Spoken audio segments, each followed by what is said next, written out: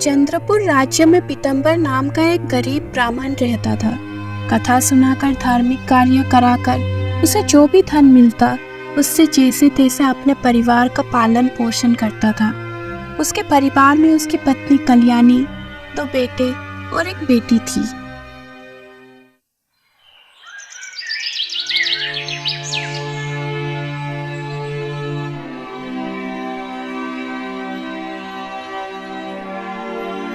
कल्याणी, बेटी सुकन्या का विवाह सर पर आ गया है। अरे घर में एक पैसा भी नहीं है। समझ नहीं आता कि ऐसी हालत में बेटी का ब्याह कैसे करूं। बेटी अमीर की हो या गरीब के, सबकी विवाह हो जाती है जी, तो फिक्र ना करो। हमारे महाराज निर्मल सिंह बड़े ही दयालु है। विद्वानों का वो बड़ा ही आदर करते हैं। आप उनके पास जाकर सहायता क्यों नहीं मांगते? अरे नहीं कल्याणी, ये मुझसे नहीं होगा। मैं इस तरह भीख मांगने नहीं जाऊंगा। इसे आप भीख मांगना क्यों कहते हो जी? राजा का काम है देना, कोई ब्राह्मण का काम है लेना। आप एक अच्छे काम के लिए मांगेंगे, इसमें संकोच की क्या बात है? हाँ, ठीक है कल्याणी, तुम कहती हो तो मैं महाराज के पास जाऊंगा। परंतु महाराज की विचित्र आदत के बारे में तो तुम जानती ही हो। वो उसी की सहायता करते हैं जो उनके द्वारा ली गई बुद्धिमानी की परीक्षा में उत्तीर्ण हो जाता है। हाँ, क्यों नहीं, ये तो सारा राज्य जानता है जी। हाँ, और यही तो दिक्कत है। महाराज मेरी भी परीक्षा लेंगे। यदि मैं असफल रहा तो मेरी बड़ी बेइज्जती हो जाएगी, सबके सामने वो भी। आप हार के विषय में क्यों सोचते हो जी? माँ सरस्वती से अपनी जीत की कामना करें और वहाँ पर जाइए। मुझे पूरा विश्वास है कि आप सफल होकर ही लौटेंगे। और मेरी मानिए तो अपने दोनों पुत्रों को भी साथ में ले जाइए, वे आपकी सहायता करेंगे। पत्नी की बात मानकर ब्राह्मण राजा के पास जाने के लिए राजी हो गया। वो अपने दोनों पुत्रों के साथ राजमहल की तरफ चला गया। वो मन में सोच रहा था, अरे आज तक मैंने किसी से भी एक पैसे की सहायता नहीं मांगी। आज मुझे किसी से मांगते हुए बड़ा ही विचित्र लग रहा है। और न जाने राजा मुझसे क्या पूछ ले। अगर मैं जवाब नहीं दे पाया तो?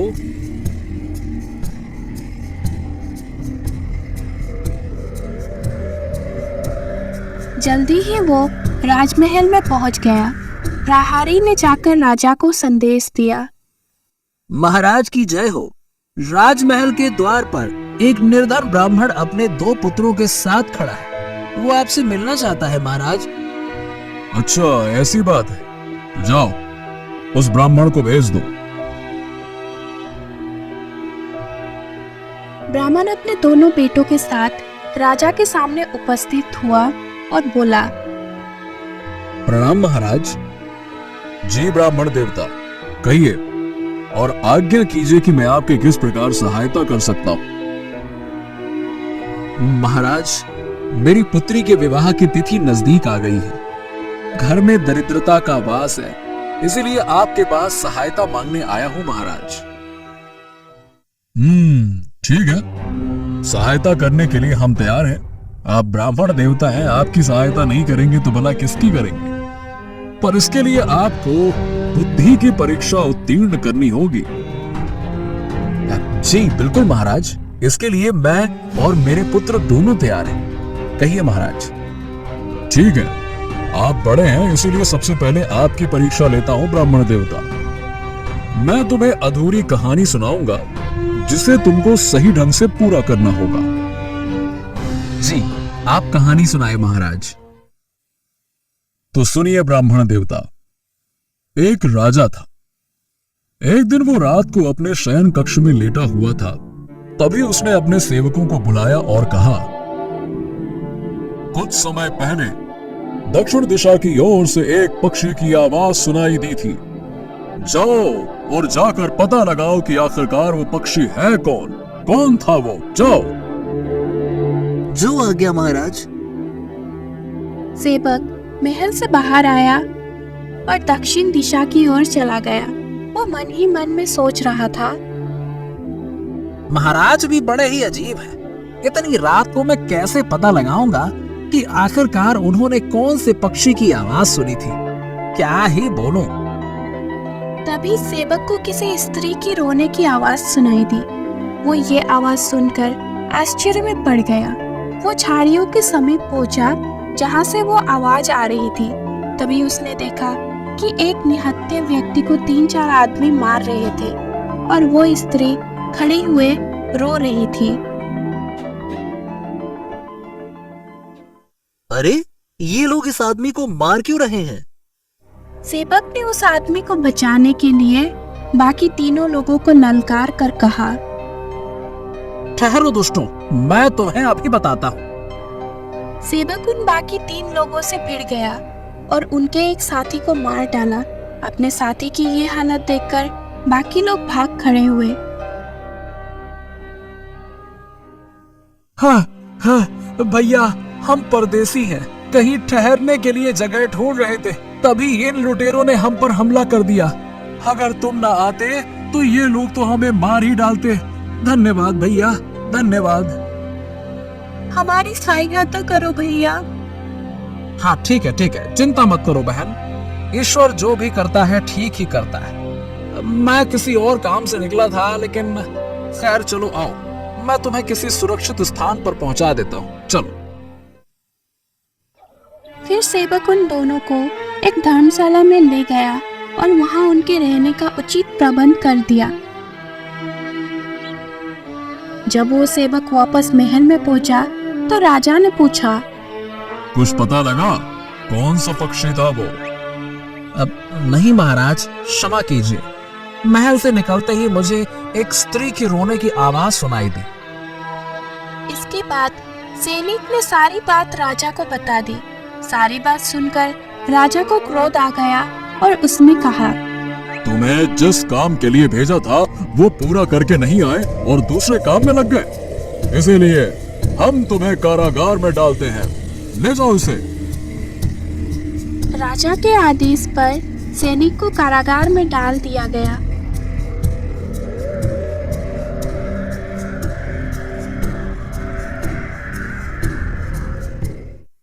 उससे अगली रात को राजा को फिर से उसी पक्षी की आवाज सुनाई दी। आज राजा स्वयं उस पक्षी के खोज में निकल पड़ा। वो उस दिशा में अभी कुछ ही दूर गया था कि तभी उसे झाड़ियों में कुछ लोग दिखाई दिए। उस झाड़ी के पीछे कुछ लोगों का गृह प्रतीत हो रहा है। वो कुछ नजदीक और गया और उन लोगों की बातें सुनने लगा। वहां पर 2 आदमी मौजूद थे। उनमें से एक ने कहा, जैसे भी हो भाई, हमें महल के गुप्त ठिकानों का पता लगाना है ताकि विजयनगर के राजा को बताकर उनसे उचित इनाम प्राप्त कर सकें। हाँ भाई, तुम बिल्कुल ठीक कहते हो, हम दोनों मिलकर इस काम को अंजाम देंगे, ठीक है।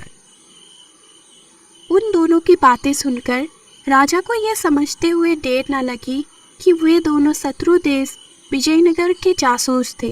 राजा ने सोचा, ये तो शत्रु देश विजयनगर के जासूस हैं और हमारे महल में घुसने की योजना बना रहे हैं। इन्हें सबक सिखाना बहुत जरूरी है। ये सोचकर राजा अपने तलवार लेकर उन दोनों पर टूट पड़ा और उन दोनों का वध कर दिया। इसके बाद राजा अपने महल में गया और उसने उसी वक्त अपने सेवक को कारागार से बाहर निकाला और कहा, हम तुम्हें मुक्त करते हैं सेवक।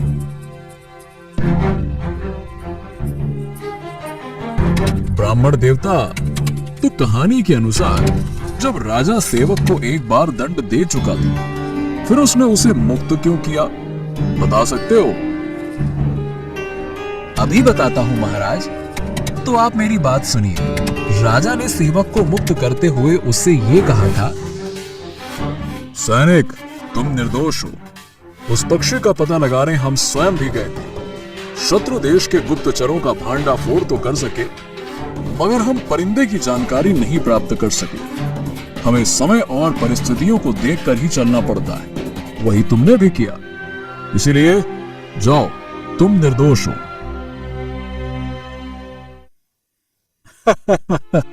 बिल्कुल सही उत्तर ब्राह्मण देवता, आप परीक्षा में सफल हुए। बेटा विजय, अब मैं तुम्हारी भी परीक्षा लेना चाहता हूँ। क्या तुम तैयार हो? हाँ महाराज, मैं तैयार हूँ। आप मेरी परीक्षा ले लीजिए। तो सुनो, खेड़ा गांव का मुखिया हरसुख बहुत ही बुद्धिमान था।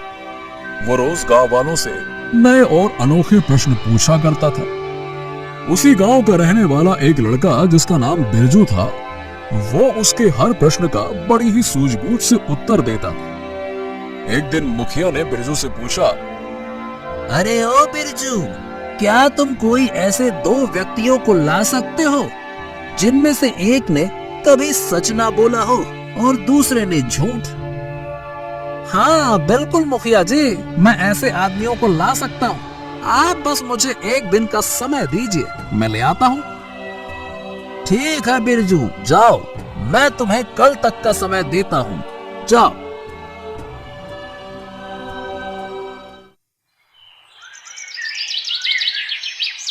अगले दिन बिरजू मुखिया के सामने उपस्थित हुआ। ए बिरजू, क्या तुम उन लोगों को ले आए? जी मुखिया जी। लेकिन बिरजू, तुम्हारे साथ तो एक ही आदमी दिखाई दे रहा है, दूसरा कहाँ है? क्षमा कीजिए मुखिया जी, आपके प्रश्न के मुताबिक दोनों व्यक्तियों के गुण इस आदमी में ही मौजूद हैं। कहीं तुम पागल तो नहीं हो गए बिरजू? इतनी कहानी कहकर राजा निर्मल सेन ने कहा, युवक, क्या तुम बता सकते हो कि बिरजू अपनी बात पर क्यों अड़ा हुआ था? महाराज, बिरजू ने मुखिया से सही कहा था। उसने मुखिया को बताया था। नहीं, मैं बिल्कुल ठीक हूँ मुखिया जी। इस आदमी ने आज तक ना तो झूठ बोला है और ना ही सच बोला है, क्योंकि ये जन्म से ही गूंगा है। वाह बिरजू वाह! तुम्हारे जवाब से मैं बहुत ही प्रसन्न हुआ। बढ़िया बढ़िया।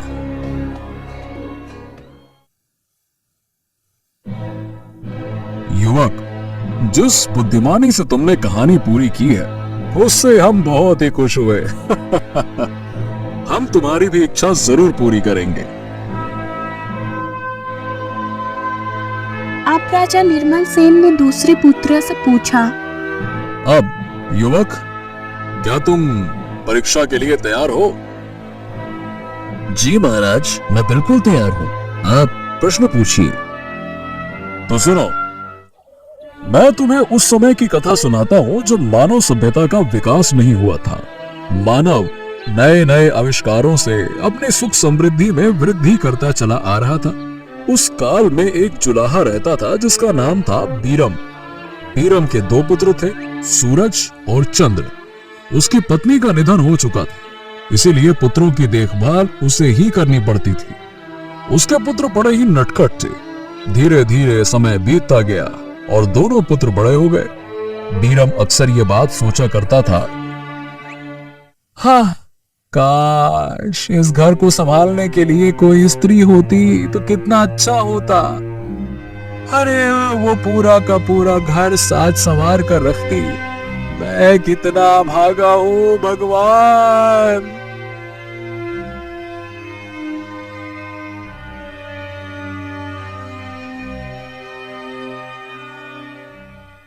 बीरम भाई, सुना है तुम्हारे पुत्र जो है वो विवाह योग्य हैं?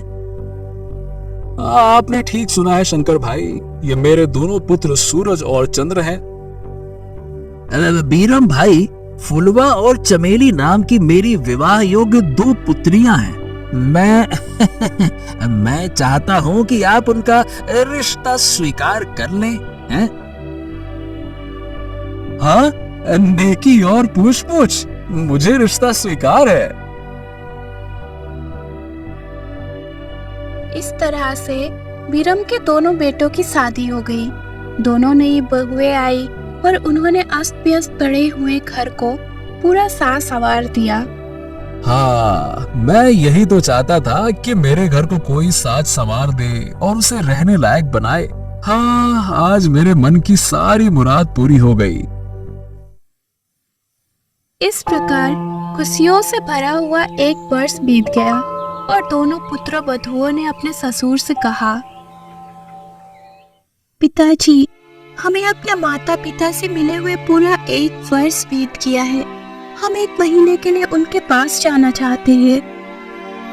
नहीं बहुओं, मैं तुम्हें कहीं नहीं जाने दूंगा। अरे तुम्हारे आने से ये घर बस गया, तुम चली जाओगी तो ये फिर से उजाड़ जाएगा। ये सुनकर दोनों बहुएं अबाक रह गए। कुछ दिन बीते तो दोनों बहुएं आपस में फिर से एक बार सलाह करने लगी। एक ने दूसरी से कहा, बड़वा बहन, हमें ससुर जी से पुनः माता पिता के पास जाने के लिए आज्ञा मांगनी चाहिए। कुछ दिन पहले हमने इजाजत मांगी तो थी, उन्होंने साफ मना कर दिया था। उनका ससुर उन दोनों की ये बातें सुन रहा था। उसने मन ही मन में सोचा, मुझे दोनों बहुओं को जाने से रोकना चाहिए। मैं उन्हें कुछ अद्भुत और असंभव उपहार लाने को कहूंगा।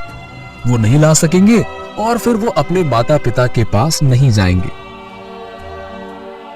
उसने दोनों बहुओं को बुलाया और बोला, तुम दोनों अपने मायके जा सकती हो। क्या सच पिताजी?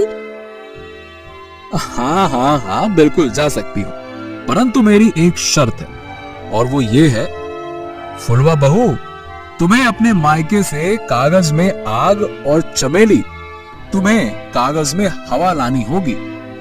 अच्छा पिताजी। मायके जाने की खुशी के कारण दोनों बहुओं ने उपहार के विचित्रता और मुश्किल पर ध्यान ही ना दिया। एक बात और ध्यान रखना, अगर तुम दोनों ये उपहार ना लाई तो इस घर की ओर कभी रुख भी नहीं करना, फिर पलटकर देखना भी नहीं। जी पिताजी। दोनों बहुएं उसी दिन मायके चली गई और बीरम एक बार फिर से उदास रहने लगा। वो सोचता था, क्या ये बहुएं विचित्र उपहार ला सकेंगे, और यदि ना लाई तो वो घर में नहीं आएंगी और ये घर एक बार पुनः उजाड़ हो जाएगा। दोनों बहुएं मायके में पहुंची, जहां पर उनका बहुत स्वागत किया गया। मायके में 1 महीना कब बीत गया पता ही ना चला। तब फुलवा ने अपने माँ से कहा, माँ, हम ससुर जी से 1 महीने की अनुमति लेकर आए थे। अब हमारे वापस लौटने का समय हो गया है, परंतु एक समस्या है। मुझे तो ससुराल एक कागज में आग लेकर जानी है माँ। ये क्या कह रही है तू भला? कोई कागज में आग ले जा सकता है? कागज जल नहीं जाएगा। अरे माँ, मुझे तो कागज में हवा लेकर जानी है। ये क्या अंत संत बक रही हो तुम दोनों? हम ठीक कह रहे हैं माँ। ये उपहार लेकर ही हम ससुराल में प्रवेश कर सकती है, अन्यथा नहीं। ओ, ऐसी बात है। उस समय तो हमने उपहार के विचित्र पर ध्यान ही नहीं दिया, पर अब महसूस हो रहा है कि बिना सोचे समझे हमें ससुर जी को हाँ नहीं कहनी चाहिए थी। तुम दोनों ने तो मुझे धर्म संकट में डाल दिया है। ऐसा कागज वाला कहाँ मिलेगा? कुछ भी करो माँ, पर हमारी समस्या का हल करो।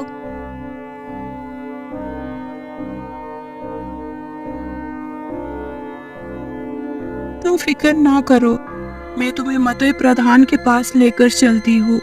वह बड़ा ही बुद्धिमान आदमी है, अवश्य ही हमारी समस्या का हल वो निकाल देंगे।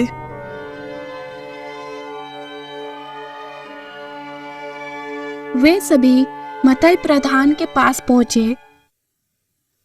प्रधान जी, तुम बस्ती के सबसे बुद्धिमान व्यक्ति हो। मेरी बेटियों की समस्या तुम ही हल कर सकते हो। फिर दोनों बहुओं ने अपनी पूरी समस्या मतय प्रधान को बता दी। प्रधान ने यह सुनकर कहा, चिंता मत करो बेटिया, ऐसा कौन सा काम है जो इंसान चाहे और कर ना सके है? तो जल्दी से समस्याओं को हल कर दीजिए प्रधान जी, हम पर आपका ये बहुत ही उपकार होगा। तब महाराज निर्मल सेन ने कहानी को आगे कहते हुए पूछा, युवक, तो क्या तुम बता सकते हो कि मताई प्रधान ने समस्या का समाधान कैसे किया होगा? मताई प्रधान वाकई में बड़ा विद्वान था महाराज। अजीत ने आगे कहा। तो सुनिए महाराज, मताई प्रधान अपने घर के अंदर गया और कुछ ही देर में अपने हाथ में एक पंखा लेकर आया जो कागज की बनी हुई थी और बोला, लो चमेली, इस कागज के पंखे को ले लो, इसे डुलाने से हवा आएगी। इस प्रकार से कागज में तुम अपने ससुर के लिए हवा ले जा सकती हो। चमेली ने उसे डुलाकर देखा। वो सोचने लगी, सचमुच इस कागज में तो बड़ी ही ठंडी हवा भरी हुई है। अभी तुम लोग यहीं पर रुको, मैं तुम्हारी दूसरी समस्या का भी हल बनाकर लाता हूँ। मताई प्रधान फिर से अपने घर के अंदर गया और अपने काम में जुट गया। जल्द ही वो फिर से वापस आया और बोला, लो बेटी, कागज के इन कंडील को ले लो, इसमें तुम आग को ले जा सकती हो, ले लो। सचमुच आप बड़े ही बुद्धिमान हैं। आपने हमारी समस्या चुटकियों में हल कर दी।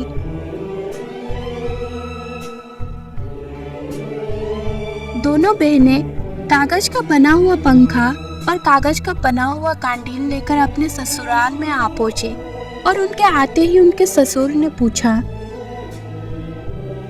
क्या तुम मेरे दोनों उपहार लेकर आई हो?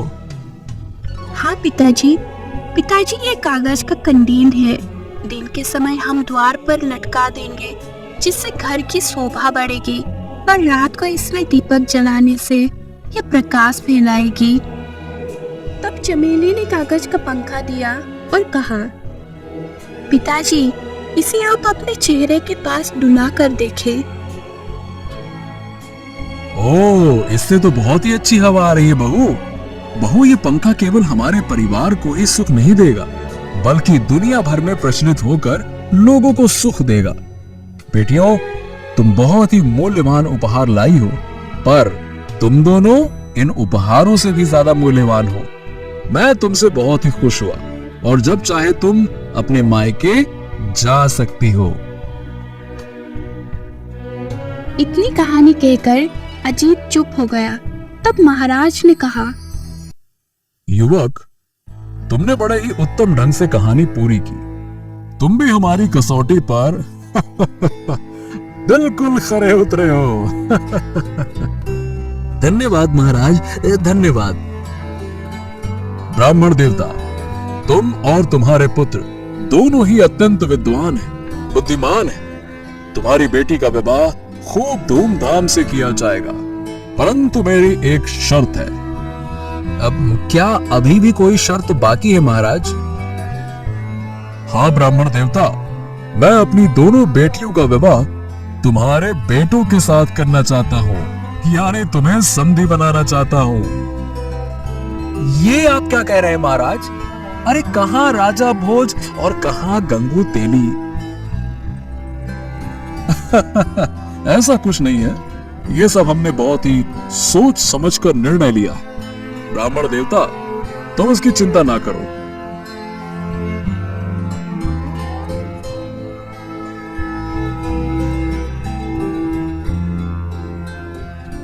जब रानी को इस निर्णय के बारे में पता लगा, तब उसने महाराज से कहा, यह आपने क्या किया महाराज? राज्य के साधारण युवकों के साथ राजकुमारियों का विवाह निश्चित कर दिया। महारानी, अजीत और विजेत निर्धन परिवार से हैं, परंतु वो साधारण नहीं है, वो बहुमूल्य नगीने हैं। बुद्धिमानी के मामले में वो बिल्कुल भी कम नहीं है, और वो निश्चय ही हमारी बेटियों के पति बनने योग्य हैं। इसके बाद राजा निर्मल सेन ने पीतम्बर की बेटी सुकन्या का विवाह बड़े ही धूमधाम से राजमहल में ही करवाया, और फिर अपने बेटियों का विवाह ब्राह्मण के दोनों बेटे अजीत और विजित के साथ करवा दिया।